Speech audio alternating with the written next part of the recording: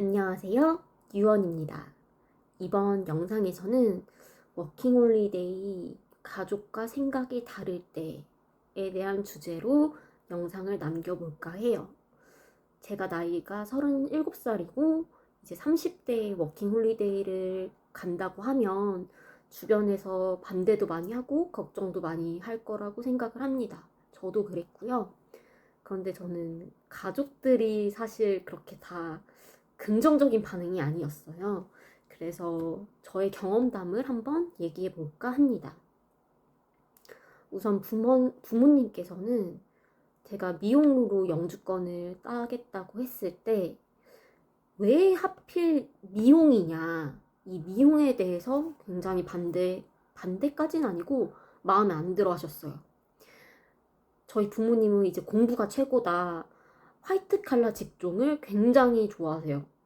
그렇기 때문에 이제 몸 쓰는 직종에 대해서 그렇게 긍정적으로 생각하지는 않으세요. 그런데 제가 미용을 하겠다고 하니까 그러려고 대학을 보낸 게 아니다. 너 그럴 줄 알았으면 고등학교 졸업하고 나서부터 미용을 시킬 걸 그랬다. 왜 그렇게 남의 머리 만져주고 그런 힘든 일을 하려고 하느냐. 이런 식의 반응이었어요. 그래서 그때도 사실 이해는 가지만 저를 응원해주지 않고 너무 편견으로만 생각하시는 것 같아서 미용사라는 직업에 대해서 조금 답답함을 많이 느꼈고요. 그리고 갔다 와서도 이제 걱정하세요. 저의 직업에 대해서. 오늘도 캐나다 갔다 와서 뭐 할지 한번 생각해봐라. 간호조무사 하는 건 어떠냐? 도서관 사서를 하는 건 어떠냐? 아니면 절에서 그 종무소에서 일하는 건 어떠냐? 이런 식으로 계속 갔다 와서 어떻게 할 건지, 갔다 와서 뭐 하면 좋을지, 이런 걸 계속 걱정하고 고민하고 저한테 말씀을 하시거든요. 걱정이 진짜 많으세요. 근데 저는 솔직히 얘기하면은 직장 생활도 해봤고 성격이 직장이랑 그렇게 잘 맞는 것 같지도 않고 그냥 아르바이트만 하고 살아도 저는 된다고 생각을 하거든요. 왜냐면 직장에 들어가면은 마음에 안 드는 사람이 있으면 쉽게 옮길 수가 없잖아요. 내가 그 마음에 안 드는 사람이 있어도 계속 참아야 되고 뭔가 이 싫어하는 감정을 숨겨야 되고 참아야 되고 그리고 그 사람과 최대한 마찰을 줄여야 되고 이런 자세로 억지로 다녀야 되는데 아르바이트는 하다가 내가 그 사람이 마음에 안 들면 좀 더 편하게 다른 아르바이트로 옮길 수가 있잖아요. 저는 그래서 이렇게 자유롭게 옮겨도 되는 아르바이트를 하면서 살고 싶다고 생각을 했어요. 왜냐면 저는 사람을 별로 그렇게 좋아하지 않거든요, 사실. 그래서 사람 때문에 너무 스트레스를 받으니까 그냥 마음에 드는 사람 생기고 나를 너무 괴롭히고 하면은 그냥 마음 편하게 그만두고 다른 알바를 구해서 일을 하고 싶다. 그렇게 생각을 했어요.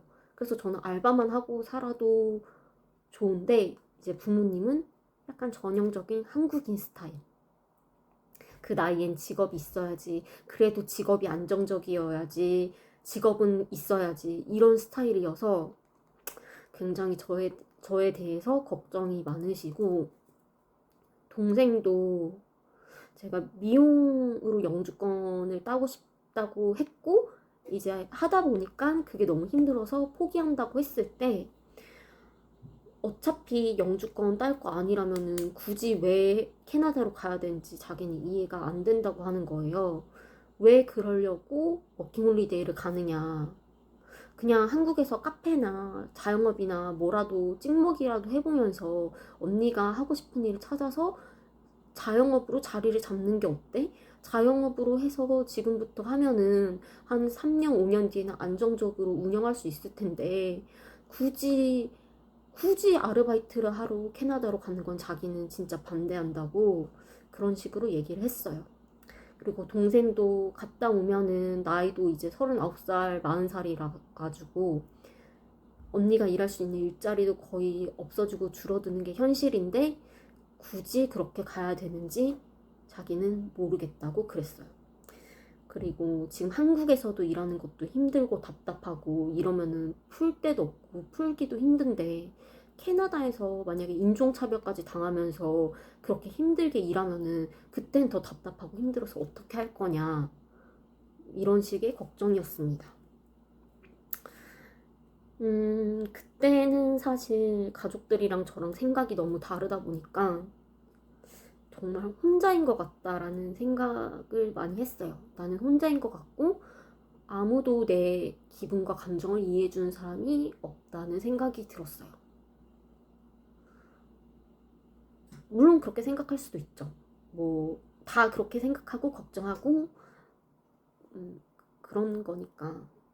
그런데 그런 사람들 중에 한 명이 저희 가족이었다는 게 저는 그 사실이 좀 마음이 아팠어요.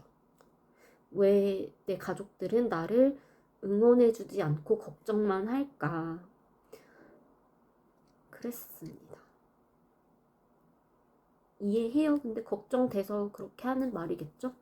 근데 제가 듣고 싶었던 거는 그냥 언니는 할 수 있어.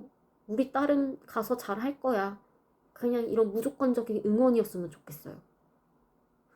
뭐 어쩌고 저쩌고 뭐 이러냐 저러냐 이런 거 말고 그냥 그런 거 알고는 있지만 그래 언니가 다 알아보고 잘 준비했겠지. 뭐 요런 식으로 아니면은 갔다 와서 뭐 일할 때는 다 있으니까 그냥 걱정하지 말고 갔다 와. 인생은 어차피 한 번뿐이야. 언니의 인생에서 1, 2년이 없어진다고 해서 크게 어떻게 되는 것도 아니고 삶이 무너지는 것도 아니고 일자리는 또다시 구하면 되지. 너무 걱정하지 말고 잘 다녀와. 재밌겠다. 놀다 와. 여행이라고 생각해. 이런 식으로 누가 한 명 좀 긍정적으로 저한테 얘기해주는 사람이 있었으면은 어땠을까? 되게 많이 속상했었습니다. 그래서 지금 그 당시에는 가족들이랑도 연락을 안 하고 지냈었어요. 저도 자존심이 너무 상하는 거예요. 기분도 나쁘고.